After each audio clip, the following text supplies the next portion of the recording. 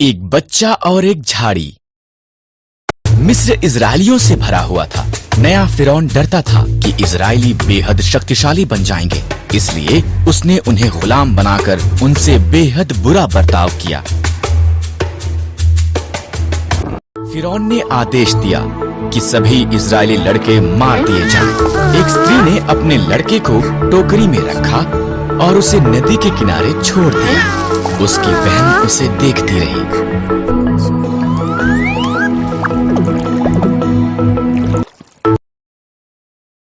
फिरौन की बेटी नदी के किनारे नहा रही थी। उसे बच्चा मिल गया और उसने उसे रखने का निर्णय लिया।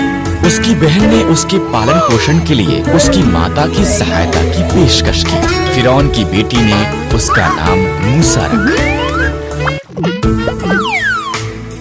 मूसा बड़ा हुआ। एक दिन उसने देखा कि एक मिस्री इजरायली को मार रहा है। मूसा ने मिस्री को मार दिया और मिद्यान को भाग गया और 40 साल तक एक चरवाहा होकर रहा।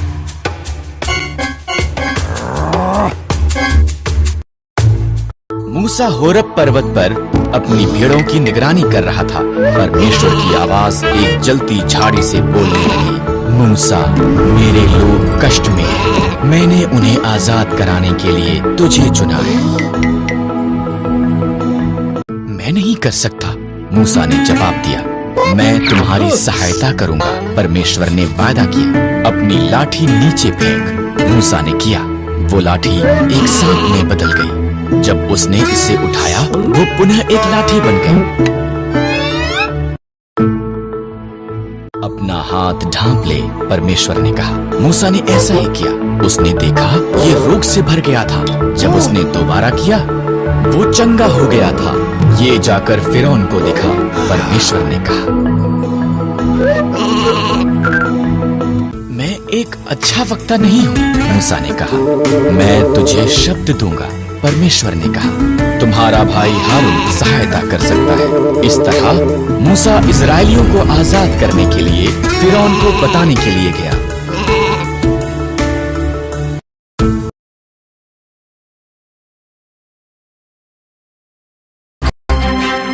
मेरे लोगों को जाने दो। मूसा और हारून ने फिरौन से कहा, इजरायलियों का परमेश्वर कहता है कि तुम उसके लोगों को जाने दो, नहीं तो बुरी बातें तुम्हारे साथ होंगी। पर फिरौन ने उनकी नहीं सुनी। इसलिए परमेश्वर ने मिस्र में पानी को लहू में बदल दिया। कोई भी इसे पी न सका। तब उसने मिस्रियों के घरों को मेंढकों से भर दिया। हर तरफ मेंढक थे। फिर भी फिरौन ने उनकी नहीं सुनी।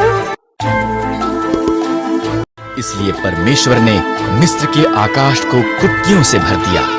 वो वहां धूल के समान भर गई। फिर उसने मिस्र के देश को डांसों से भर दिया। फिर भी फिरौन ने उनकी नहीं सुनी। इसलिए परमेश्वर ने मिस्र के जानवरों को मार दिया। घोड़े, गधे, ऊंट, भेड़ें और बकरियां सब मर गए। फिर उसने मिस्री लोगों को फोड़े से पीड़ित किया। फिर भी फिरौन ने उनकी नहीं सुनी। परमेश्वर ने मिस्र की फसल का नाश करने के लिए ओलों की वर्षा भेजी। उनकी जौ और सन्न की फसल नष्ट हो गई। तब उसने बचे हुए फल को खाने के लिए टिड्डियां भेजी। फिर भी फिरौन ने उनकी नहीं सुनी।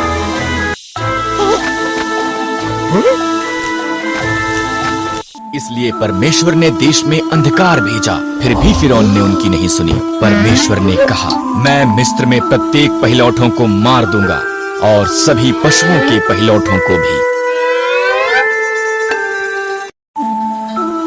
मेरे लोग एक मेमने को मारें, उसे खाएं और उसके लहू को उनके द्वार की चौखट पर लगाएं।